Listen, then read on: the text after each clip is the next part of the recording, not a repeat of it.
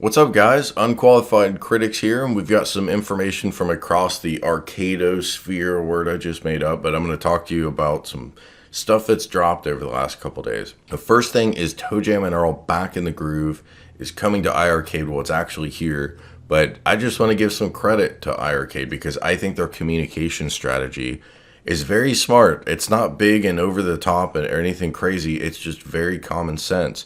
But look at how they do this. So back in April 7th, they announced ToeJam Earl Back in the Groove. That's the modern ToeJam Earl that was on Xbox and PlayStation and Nintendo Switch. But it's coming to iiRcade. All right. Well, a few months later, it's at iiRcade. And then they do a little bit of press around, hey, we've got the game now. I think that's pretty cool because, well, when the game is being worked on, they get the license, they announce it, we know it's being worked on, we know it's coming, and then, well, it's here.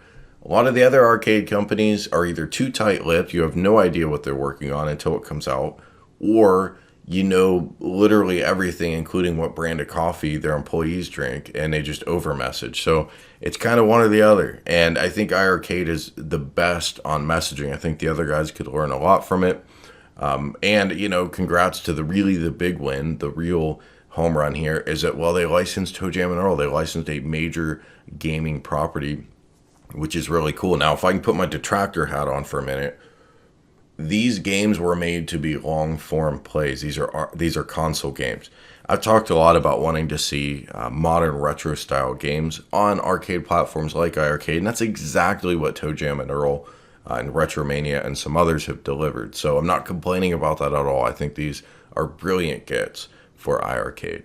The thing is, when I play games like this at the iiRcade and I'm standing there and it's 20 minutes in and I've only made 5% progress on it, and I think, man, I kind of want to just go sit down and play this game. So I don't know if you guys feel that way or not. Maybe you don't, and that's perfectly fine. But is someday if iiRcade did like a little console that had the same chipset as their arcade and it used the same store, and if you bought the game on one device, it was also on the other, I wouldn't hate that. I really wouldn't hate that. Even if that chipset had an arcade style control panel that you just put on your lap. But I just really want to sit down and play Retromania, and I've got it on my iiRcade. It's a great, brilliant game. No complaints about it, really. But still, with that and ToeJam and them going in this direction, I don't know. I question how long I want to stand at an arcade for one play session. Anyway, all that said, they're hitting a home run on the licenses. They're collecting the biggest names in the industry, making a lot of progress really fast. I hope this opens up doors for other home arcade companies to also slam down these licenses. I'd like to see Unico pick up the pace and win some big name licenses, but right now the secret sauce seems to all be for iiRcade and Arcade1Up, who are really nailing this stuff. So congrats to them.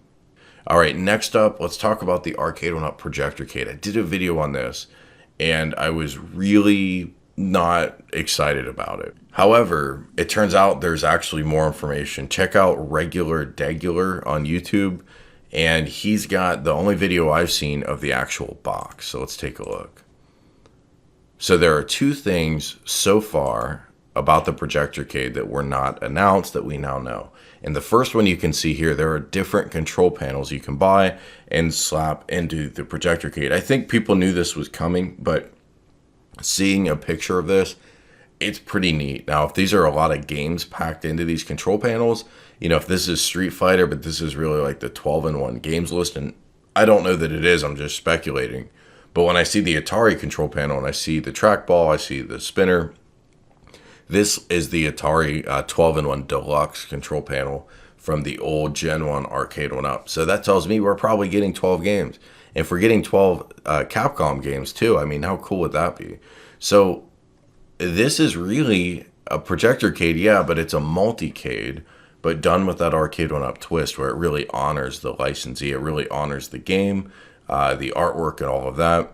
And a custom control panel, because at the end of the day, having a custom set of controls is the heart of what it is to do arcade gaming. So I thought that was really neat. There's another thing. I don't have a video of that to show you. I saw it somewhere, but I can't find it.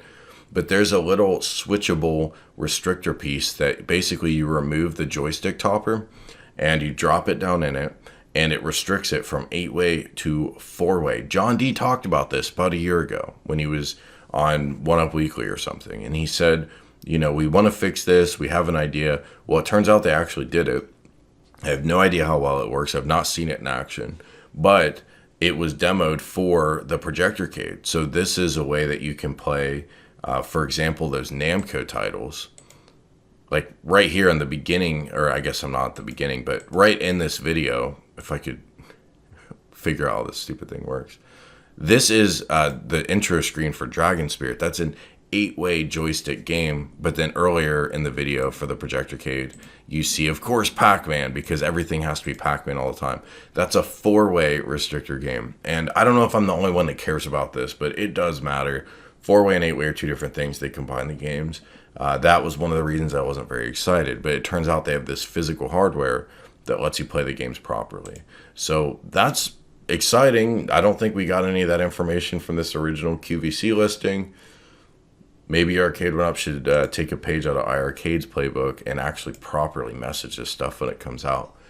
Next up, the Street Fighter 2 Partycade. Apparently, it's a one-player Partycade. Now, clearly, this is a render. Also, this dude is super hyped to be playing Street Fighter, and he's like, I can't even tell. It's like he's looking up here. But we noticed a couple things off the top. Number one, these player portraits are actually on the bezel. The artwork's not cut off. First time they've done that with a Capcom license for a while. Number two, more importantly, it's a one-player cabinet. So will this be Wi-Fi enabled? Will this be local area network linkable so you can connect two of them? Or is this just a one-player Capcom cabinet? We have no idea. This image comes from a Facebook ad that somebody saw on and then posted to the Reddit Arcade 1UP. And shout out to Cheeto Dorito for posting this, by the way. But yeah, we just don't know anything about it. It may not even be official. It's possible it was an early leak. I believe the Facebook ad was for QVC. This product is not currently listed at QVC.com, and it's not listed at Arcade1Up.com. But we can probably rest assured it's real. I mean, if a retailer's promoting it by accident, they wouldn't do that unless they were planning to get the product. You know, they wouldn't go through the trouble of queuing up that ad. So I assume this is legit. And I know actually a lot of you like the Partycades because they just don't take up any room. And I can see that appeal. So I'm glad to see we're going to be getting more of that. I'm glad to see the Projectorcade is actually way more exciting than I realized. We just didn't know better.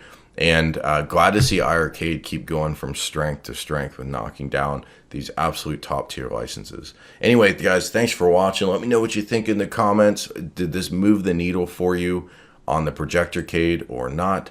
And I will talk to you soon. Big shout out to all of my channel members. If you want to join Unqualified Critics, hit the red button below that says join. And thank you for watching.